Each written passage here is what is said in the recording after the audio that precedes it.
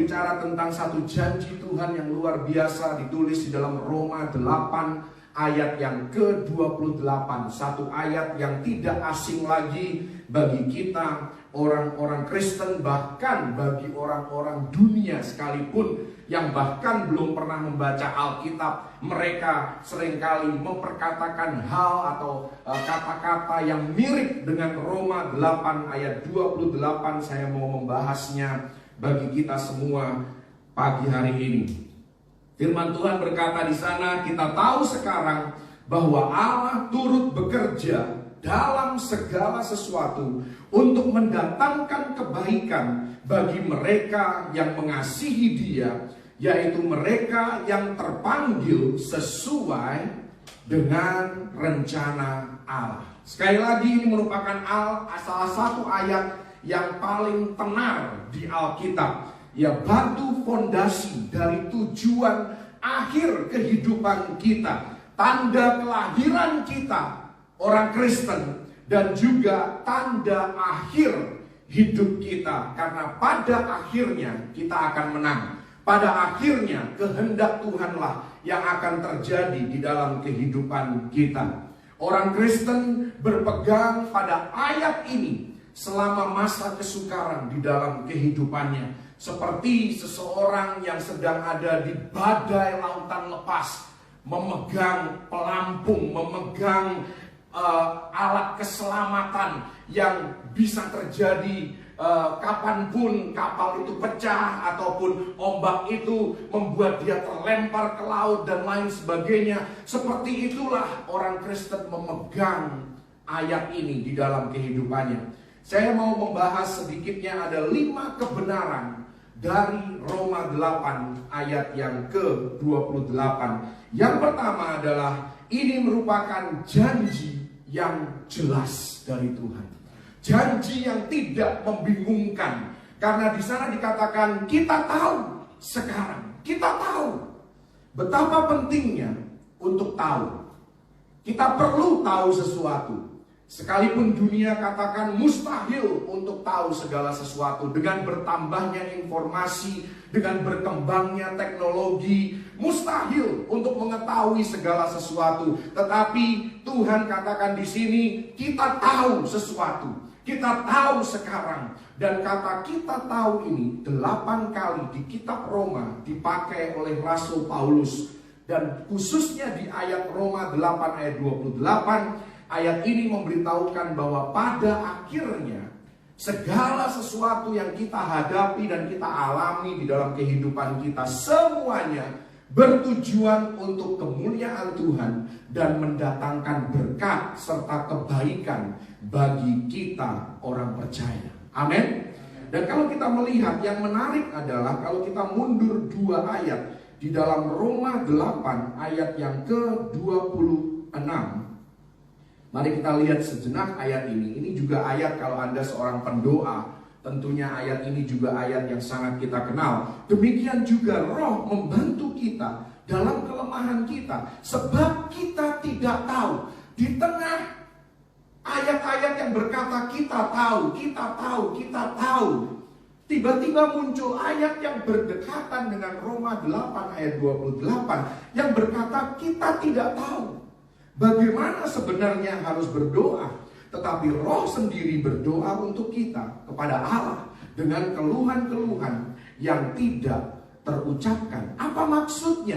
Ada sesuatu yang kita tidak tahu. Maksudnya adalah sekalipun kita tahu bahwa Tuhan memegang kendali atas kehidupan kita, kita tahu akhir kehidupan kita, kita tahu akhir dari segala sesuatu. Namun demikian, kita tidak tahu rinciannya dari hari ke hari apa yang Tuhan sedang lakukan. Kita tahu suatu hari kita akan tinggal di rumah Bapa di surga. Tetapi kita tidak tahu detail, rincian daripada rancangan Tuhan. Dari waktu ke waktu, dari hari ke hari, dari jam ke jam berikutnya, dari menit ke menit berikutnya. Di dalam kehidupan kita, Tuhan memberikan kepada kita seringkali blueprint, gambaran besar kita yakin dan kita percaya akan akhir dari segala sesuatu. Namun Tuhan seringkali tidak memberikan detail untuk kita bisa mengetahui setiap rincian daripada rancangannya yang begitu luar biasa. Karena itu kehidupan kekristenan adalah kehidupan yang kita harus jalani dengan percaya, dengan iman. Karena ada sesuatu yang kita tidak tahu. Di tengah banyak hal yang kita tahu, ada sesuatu rahasia yang kita hanya diberikan sedikit demi sedikit pencerahan dari Tuhan ketika kita melekat dan terus mengandalkan Dia. Amin. Ada kalanya di dalam kehidupan kita yang kita miliki hanyalah apa yang kita tahu. Segala sesuatu sepertinya kacau balau, amburadul, berjalan tidak sesuai dengan yang kita harapkan. Tetapi kita tahu sesuatu dan itu menjadi sangat penting. Kita tahu bahwa segala sesuatu terjadi sesuai dengan rancangan dan rencana Tuhan. Karena itu kita perlu untuk mendengar firman Tuhan. Kita perlu untuk belajar firman Tuhan, membaca dan merenungkan firman Tuhan, supaya kita tahu apa yang Tuhan sedang lakukan, apa yang Tuhan sedang katakan. Jangan bangga dengan ketidaktahuan. Hari-hari ini kita rasa lucu kalau ada orang yang tidak tahu ya ayat Alkitab, sudah lama bergereja, tidak kenal Alkitab, tidak menghafal ayat apapun. Rasanya lucu. Itu bukan sesuatu yang lucu. Kita perlu untuk concern dengan ketidaktahuan. Karena orang yang tidak tahu seringkali hanya mengandalkan perasaan. Dan ketika kita berhadapan dengan masalah yang besar dalam kehidupan kita, kita diperhadapkan pada satu pilihan dan keputusan besar yang harus kita buat. Jangan mengandalkan perasaan saja. Kita perlu suara Tuhan, kita perlu kebenaran firman Tuhan, kita perlu apa yang kita tahu. Amin. Karena ketika menghadapi masalah yang berat, perasaan tidak akan menolong kita. Perasaan justru akan merugikan kita. Ketika kita disakiti orang, kita dirugikan oleh orang lain. Kalau kita tidak tahu firman Tuhan, maka kita akan mengandalkan perasaan. Dan kita tahu apa yang terjadi ketika perasaan sudah terlibat. Ketika kita disakiti oleh orang lain, seringkali perasaan itu akan memunculkan dendam. Kita kepingin membalas dengan kejahatan, kita kepingin nyumpahin, kita kepingin ngutukin dan lain sebagainya. Itulah perasaan yang seringkali merugikan kita di tengah masalah yang berat. Yang kita tahu pasti, itulah yang akan menolong kita di dalam menghadapi persoalan yang berat di dalam kehidupan kita. Itulah yang akan membuat perbedaan di dalam kehidupan kita, membedakan antara orang Kristen yang kuat dan orang Kristen yang lemah, bahkan antara anak Tuhan dengan orang-orang yang tidak hidup di dalam kebenaran. Itu yang pertama. Janji ini merupakan janji yang jelas karena dikatakan kita tahu sekarang. Yang kedua adalah ini merupakan janji yang bersifat ilahi, karena di sana dikatakan Allah turut bekerja. Jadi yang bekerja ini bukan manusia. Yang bekerja ini bukan keberuntungan, bukan luck, bukan chance atau kesempatan. Tetapi yang bekerja ini adalah Allah sendiri. Haleluya. Manusia bisa saja berjanji untuk menolong kita, tapi seringkali kita tidak yakin akan realisasi daripada janji itu. Benarkah demikian? Apalagi kita tahu bahwa ini orang sukar untuk dipercaya. Ketika dia janji, aku akan menolong engkau. Tergantung siapa yang janji dulu. Kita harus tahu profil orang itu. Kita harus tahu resources orang itu, sumber daya yang dia punya, berapa banyak uang yang dia punya, berapa banyak koneksi yang dia punya. Kita harus tahu pengaruh daripada orang ini, dampaknya apa di komunitas di mana dia berada, apakah dia terkenal dan dikenal baik dan lain sebagainya. Banyak faktor yang mempengaruhi kepercayaan kita, keyakinan kita akan janji manusia. Tetapi ayat ini berkata bahwa inilah Tuhan sendiri yang berjanji. Tuhan berkata, aku ada di pihakmu, aku menyertai engkau, aku bekerja di balik layar demi engkau dan kebaikanmu. Kita harus percaya dan kita bisa mempercayai karena ini merupakan janji Tuhan sendiri. Janji yang pasti dan janji yang ilahi. Yang ketiga dari Roma 8 ayat 28 ini merupakan janji yang komplit, janji yang definitif, janji yang pasti karena di sana dikatakan dalam segala sesuatu. Nah, bagian ini yang perlu kita bahas, kita dalami lebih lagi karena seringkali disalahpahami, disalah mengerti bahkan oleh orang Kristen. Ayat ini tidak berkata bahwa adalah baik jika kita dirampok, ketika anak kita meninggal tiba-tiba, ketika kita ditimpa musibah, itu adalah hal yang baik. Ayat ini tidak berkata itu. Ketika kita kehilangan pekerjaan, kita bangkrut, kita di PHK, kita kena COVID, itu bukan berita yang baik. Itu bukan hal yang baik. Dan kita tidak seharusnya berkata bahwa musibah adalah hal yang baik. Nah, ini yang seringkali orang Kristen salah kan. Seringkali, ya baik, lagi sakit, oh ya baik, memang nggak apa-apa, lagi baik, kamu bisa istirahat gitu. Tuhan tidak mau kita sakit, Tuhan mau kita sehat, supaya kita bisa memuliakan Dia dengan tubuh kita, dengan talenta kita, dengan karunia kita. Apa bagusnya hidup kita kalau kita terus-menerus sakit-sakitan dan tidak akan pernah bisa melayani, tidak akan pernah bisa menjadi berkat bagi orang lain. Jadi jangan pernah mencoba untuk menghibur orang lain, tetapi dengan kebenaran yang salah. Nah, itu ngomongnya gimana sih? Kebenaran yang salah gitu. Maksudnya kebenaran yang salah dipahami. Ya, saya pernah patah di jari saya. Itu bukan sesuatu yang baik. Saya tidak perlu mensyukuri, oh puji Tuhan tanganku patah. Itu kan seringkali orang Kristen gitu diajarinnya kan.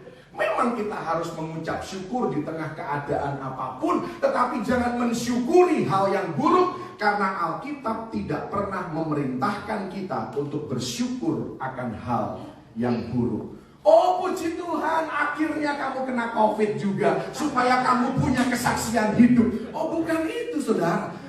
Untuk Anda punya kesaksian hidup, Anda tidak perlu kena COVID. Tuhan tidak perlu menghukum Anda atau ya menimpakan sesuatu yang buruk supaya Anda bertobat. Roma 2 ayat 4 dikatakan bahwa kemurahan Tuhanlah yang menuntun kita kepada pertobatan. Amin. Bukan kecelakaan dari Tuhanlah yang menuntun kita kepada pertobatan. Tetapi nanti kita akan belajar bahwa Tuhan mengorkestrasikan segala sesuatu untuk mendatangkan kebaikan di dalam kehidupan kita. Bahkan definisi kebaikan pun kita perlu revisi di dalam kehidupan kekristenan kita. Karena seringkali baik menurut kita itu baik, oh iya pada akhirnya aku akan kaya raya, aku akan diberkati, aku tidak pernah kekurangan sesuatu apapun, aku tidak akan pernah menghadapi masalah. Apakah itu kebaikan yang dimaksudkan oleh Tuhan di sini? Nanti kita akan lihat. Jadi ayat ini tidak berkata bahwa sesuatu yang buruk itu baik. Ayat ini berkata bahwa Tuhan memakai berbagai peristiwa yang buruk sekalipun dan menenunnya dengan aspek lain hidup kita untuk menghasilkan apa yang menurut Tuhan terbaik bagi kita. Jadi dia ambil semua peristiwa yang buruk dalam kehidupan kita, juga peristiwa yang baik, dia olah sedemikian rupa untuk mendatangkan kebaikan bagi kita. Salah satu kebaikannya adalah untuk menarik kita kepada Dia, untuk menjadikan kita serupa dengan Yesus, supaya buah-buah roh itu menjadi matang dan dewasa, sehingga hidup kita menjadi pengaruh yang baik di mana kita berada. Jadi sekali lagi jangan berpikir bahwa segala sesuatu yang buruk itu baik, segala yang baik itu biasa-biasa saja, seolah-olah tidak ada yang berbeda antara yang baik dan yang buruk. Bukan itu yang dimaksudkan di sini, bahwa kita tahu sekarang bahwa Allah turut bekerja dalam segala sesuatu, artinya Tuhan memahami kondisi keadaan kita dan apa yang sedang kita gumuli, apa yang sedang terjadi di dalam kehidupan kita, baik ataupun buruk. Tuhan mengerti, karena Yesus pun ketika menjadi manusia, ya 2000 tahun yang lalu, dia juga merasakan apa yang kita rasakan. Dia mengalami apa yang kita alami. Ayat ini berkata bahwa apapun yang engkau alami anakku, aku mengerti, aku memahami, dan aku akan mengambil semua peristiwa dalam hidupmu dan mengolahnya menjadi sebuah rancangan untuk kebaikanmu dan untuk kemuliaan namaku. Itu yang Tuhan katakan melalui ayat ini. Jadi janji yang jelas, janji yang ilahi, dan janji yang komplit. Yang keempat, janji ini merupakan janji yang dinamis. Janji Tuhan berkata di sini, kita tahu sekarang bahwa Allah turut bekerja dalam segala sesuatu untuk mendatangkan kebaikan. Ini bagian yang keempat, janji yang dinamis. Kata yang dipakai untuk mendatangkan kebaikan dalam bahasa Yunaninya itu kita mendapatkan kata sinergi. Jadi Tuhan membuat segala sesuatu dan menciptakan, menghasilkan suatu sinergi. Apa itu sinergi? Saya mencoba melihat definisi daripada sinergi.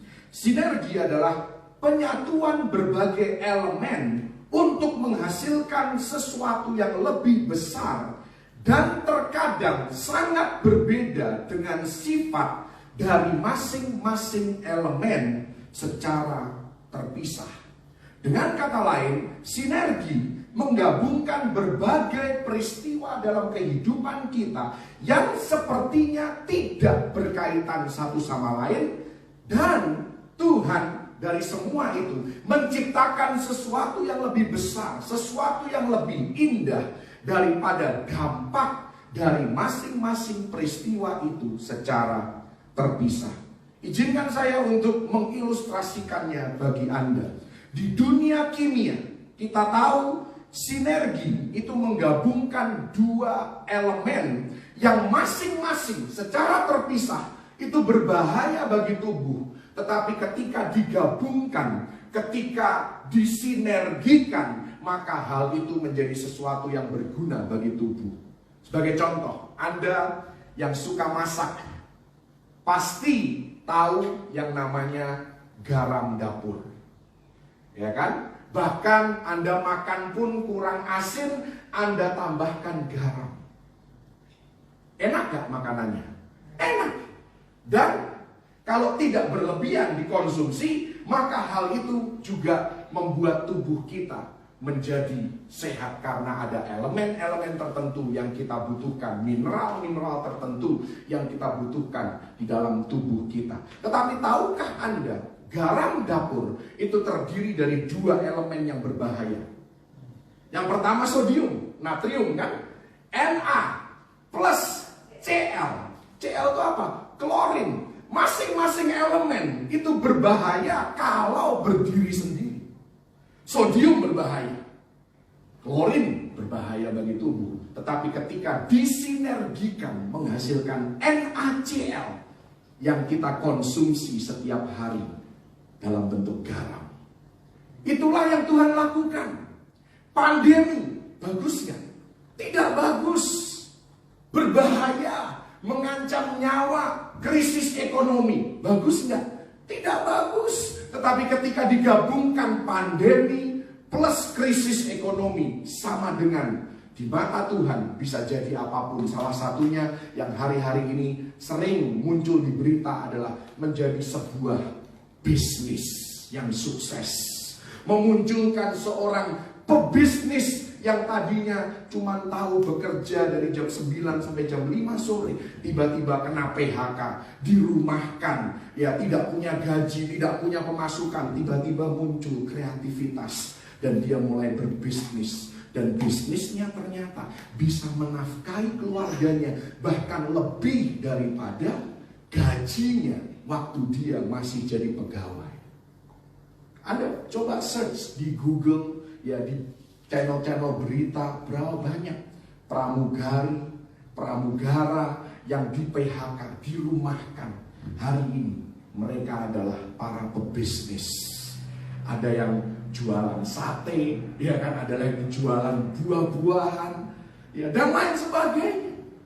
Inilah yang Tuhan lakukan di dalam kehidupan kita. Dua hal yang buruk disinergikan, mendatangkan sesuatu yang baik, sesuatu yang lebih besar, dampaknya jauh lebih indah dibandingkan masing-masing daripada elemen yang membentuk sinergi tersebut.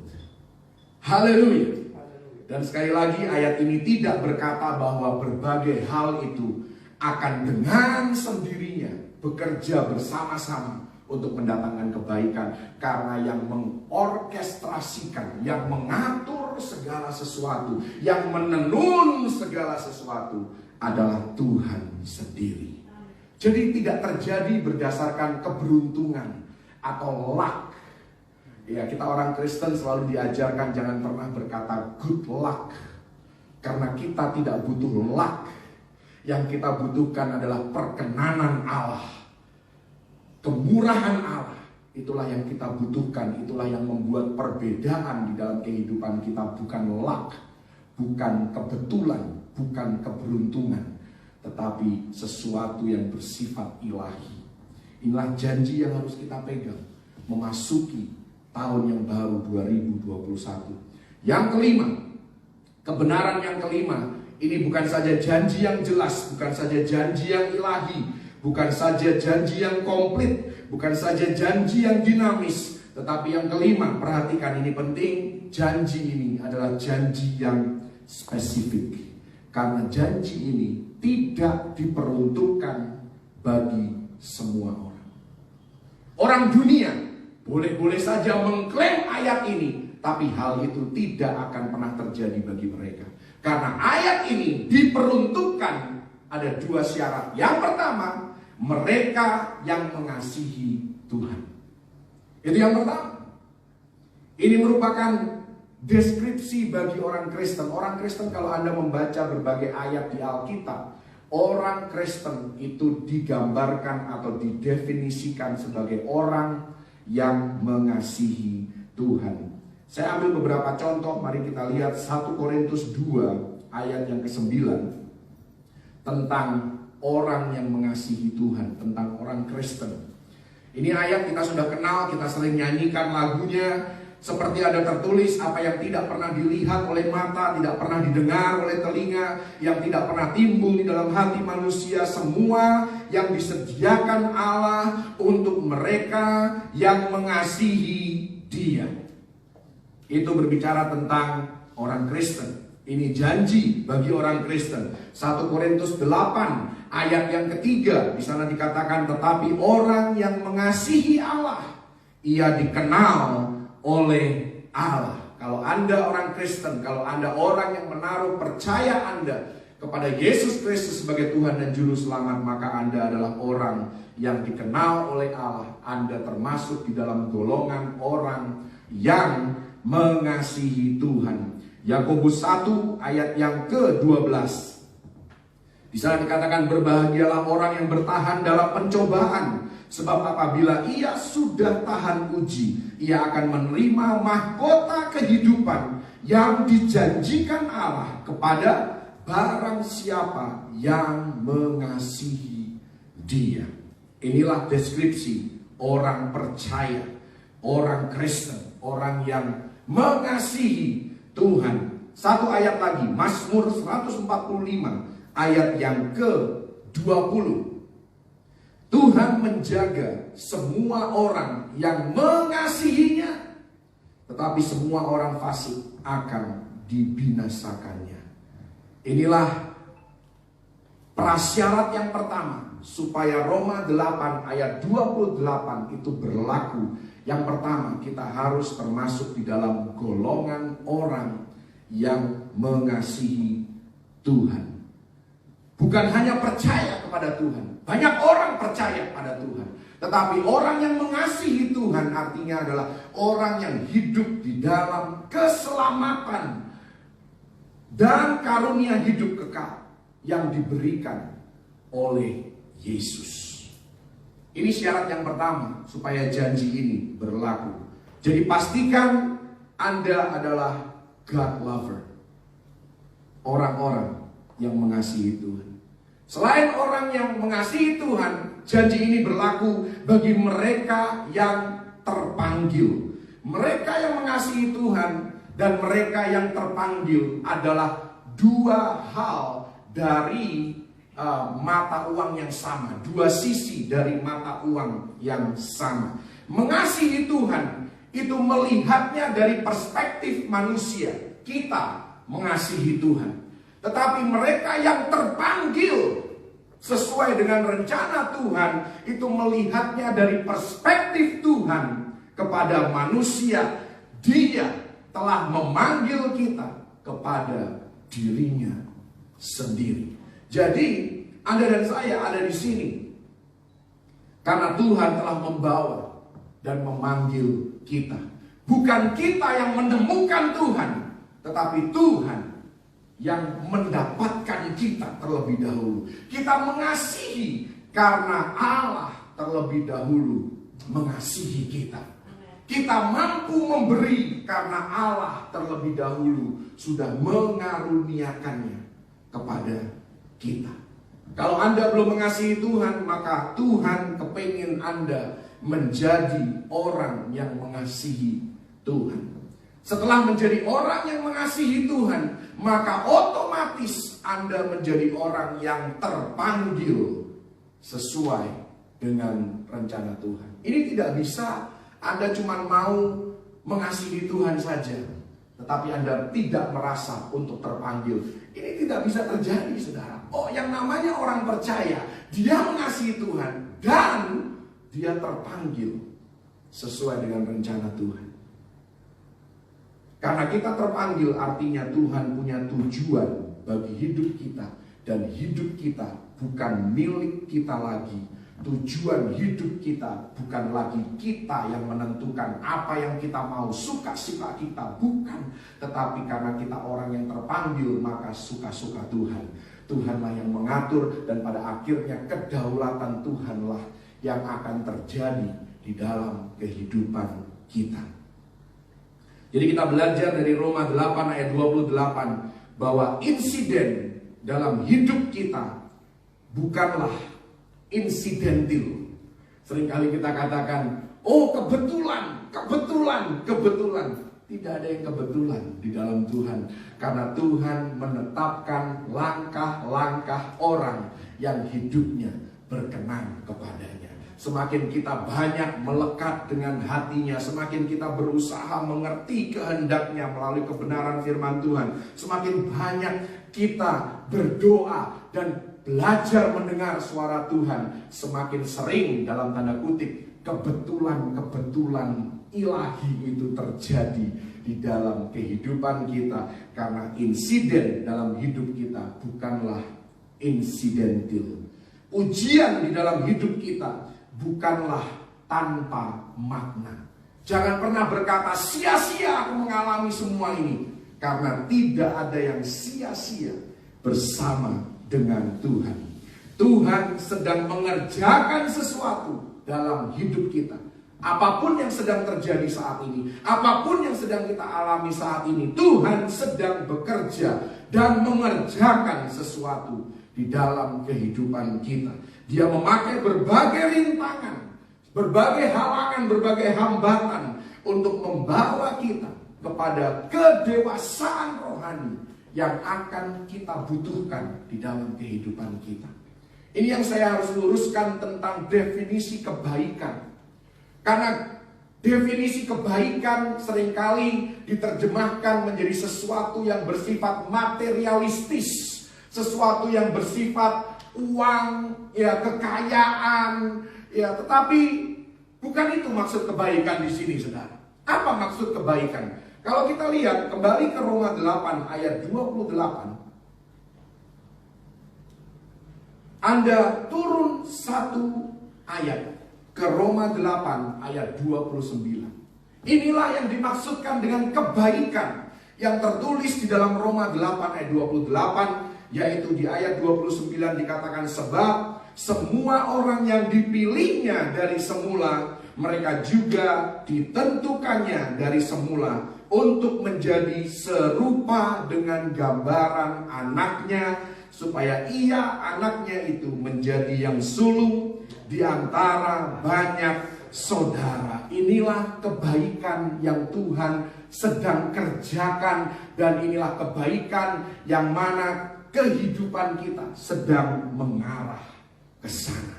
Segala sesuatu yang terjadi, Tuhan pakai, Tuhan orkestrasikan, Tuhan tenun sedemikian rupa supaya Anda dan saya menjadi semakin serupa dan segambar dengan Yesus Kristus. Dan ketika kita menjadi serupa dan segambar dengan Yesus Kristus, tentunya dampak dan pengaruh kehidupan kita pun akan mengalami perluasan. Kita akan dipakai Tuhan menjadi orang-orang yang punya pengaruh di komunitas, di tempat kerja, di dunia bisnis, pelayanan, dan lain sebagainya. Ya, orang mengenal kita, dan perhatian mereka bukan tertuju kepada kita. Kita tidak akan mau lagi memuliakan diri sendiri, tetapi kita mengalihkan semua pujian dan penghormatan hanya kepada Tuhan saja. Karena kita tahu semua ini terjadi karena Tuhan yang sudah mengatur segala sesuatu dalam kehidupan kita, mengambil berbagai peristiwa-peristiwa pahit, buruk, ya, yang tidak mengenakkan, bahkan peristiwa baik sekalipun, Tuhan tenun, Tuhan sinergikan, menghasilkan campuran yang luar biasa untuk kemuliaan nama Tuhan dan mendatangkan berkat bagi kita. Dan kita sudah belajar banyak tentang tokoh-tokoh di Alkitab, bagaimana Roma 8 ayat 28 ini Tuhan genapi dalam kehidupan mereka. Ayub kita ambil contoh. Dia kehilangan hal-hal materi dalam kehidupannya. Dia kehilangan 7.000 kambing domba, kehilangan 3.000 unta, kehilangan 500 pasang lembu, 500 keledai betina, budak-budak yang tidak terhitung banyaknya, 7 anak lelaki dan 3 anak perempuan. Anda pikir pandemi ini sudah menyiksa dan membuat Anda begitu menderita? Lihat kehidupan Ayub, semuanya habis, semuanya sirna. Hanya dalam hitungan mungkin jam, mungkin hari, kita tidak tahu pasti.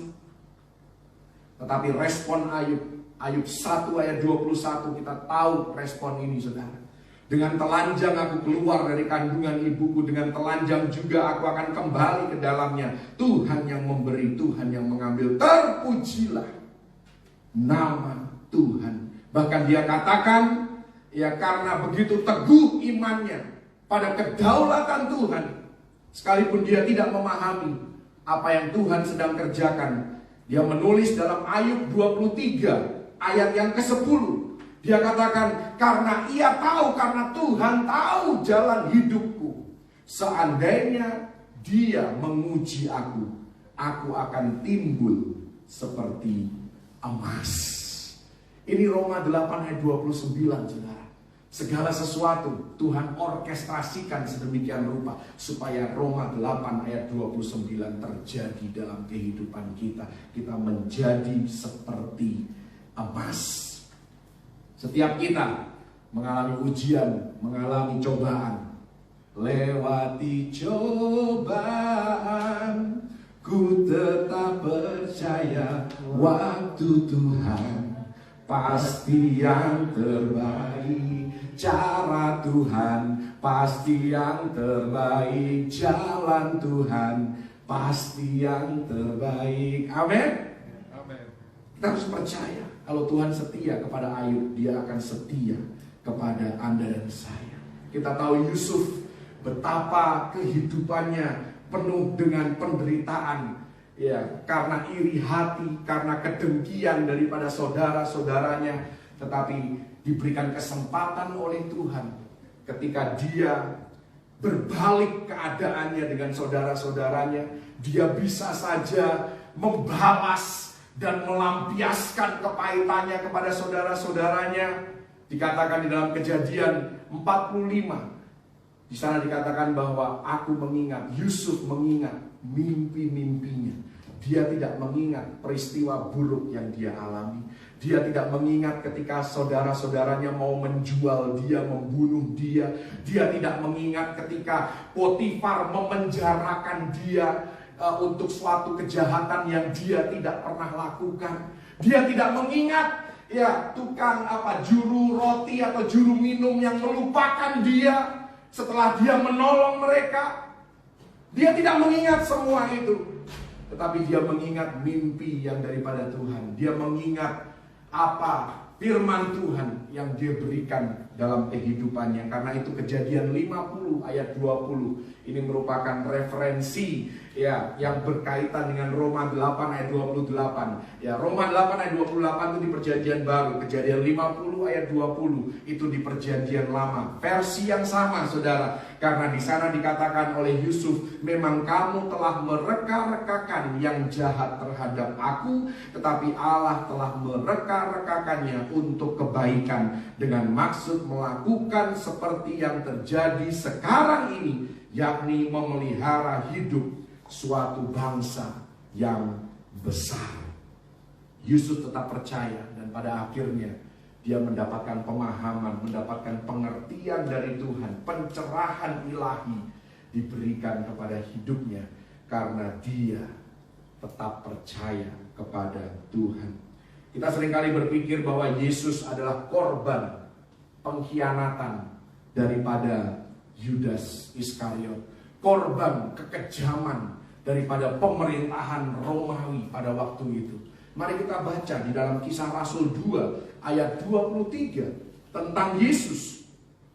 Di sana dikatakan dia yang diserahkan Allah menurut maksud dan rencananya telah kamu salibkan dan kamu bunuh oleh tangan bangsa-bangsa durhaka. Kisah Rasul 4 ayat 27 dan 28 tentang Yesus juga dikatakan, sebab sesungguhnya telah berkumpul di dalam kota ini Herodes dan Pontius Pilatus beserta bangsa-bangsa dan suku-suku bangsa Israel melawan Yesus, hamba-Mu yang kudus, yang Engkau urapi. Untuk apa? Melaksanakan segala sesuatu yang telah Engkau tentukan dari semula oleh kuasa dan kehendak-Mu. Kita seringkali melihat Yesus sebagai korban, tetapi kemudian kita menyadari bahwa Allah terlibat dalam semuanya ini dan mengizinkan segala sesuatu terjadi supaya kedaulatannya digenapi dalam hidup Yesus. Sesuatu yang kejam, sesuatu yang sadis, sesuatu yang tidak berperi kemanusiaan dibalikkan menjadi berkat yang menyelamatkan manusia berdosa seperti Anda dan saya ketika kita percaya kepada Yesus. Kalau Tuhan sanggup melakukan itu bagi Yesus, Dia sanggup melakukan itu bagi Anda dan saya. Ada 3 hal, 3 kesimpulan saya akan tutup firman Tuhan ini. Untuk apa yang menjadi respon kita terhadap janji Tuhan di dalam Roma 8 ayat 28. Yang pertama, tetapkan hati untuk percaya kepada Tuhan. Melewati, menjalani tahun 2021, tetapkan hati untuk tetap percaya, selalu percaya, dan selalu akan percaya kepada Tuhan. Kenapa? Yesaya 46 ayat 9-11. Di sana dikatakan, ingatlah hal-hal yang dahulu dari sejak purbakala, bahwasanya akulah Allah dan tidak ada yang lain. Akulah Allah dan tidak ada yang seperti aku, yang memberitahukan dari mulanya hal yang kemudian dan dari zaman purbakala apa yang belum terlaksana, yang berkata, keputusanku akan sampai dan segala kehendakku akan kulaksanakan, yang memanggil burung buas dari timur dan orang yang melaksanakan putusanku dari negeri yang jauh. Aku telah mengatakannya, maka aku hendak melangsungkannya. Aku telah merencanakannya, maka aku hendak melaksanakannya. Hanya Tuhan Yesus saja yang akan melaksanakan kehendaknya di dalam kehidupan kita, menggenapi setiap janji-janjinya di dalam kehidupan kita. Karena itu tetapkan hati untuk tetap percaya kepada Tuhan. Yang kedua, tetapkan hati untuk selalu bersyukur. Haleluya. Sekali lagi, jangan pernah mensyukuri hal yang buruk ataupun musibah ataupun penyakit, karena semua itu bukan berasal dari Tuhan.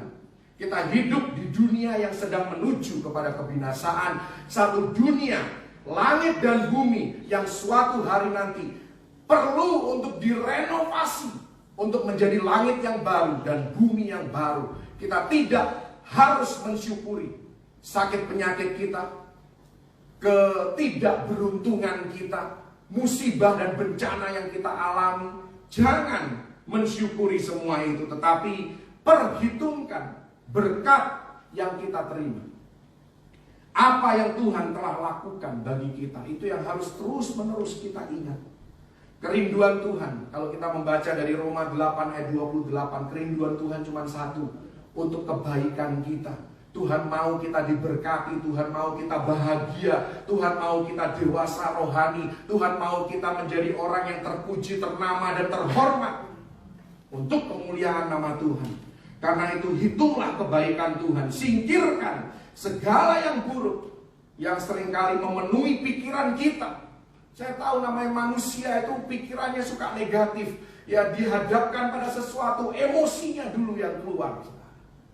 Tapi mari kita belajar untuk menahan diri, untuk melihat dari perspektif yang lebih luas. Kalahkan segala yang negatif di pikiran kita bersama dengan Tuhan. Yang ketiga dan yang terakhir, respon kita terhadap janji Tuhan dalam Roma 8 ayat 28, tetapkan hati untuk hidup tabah.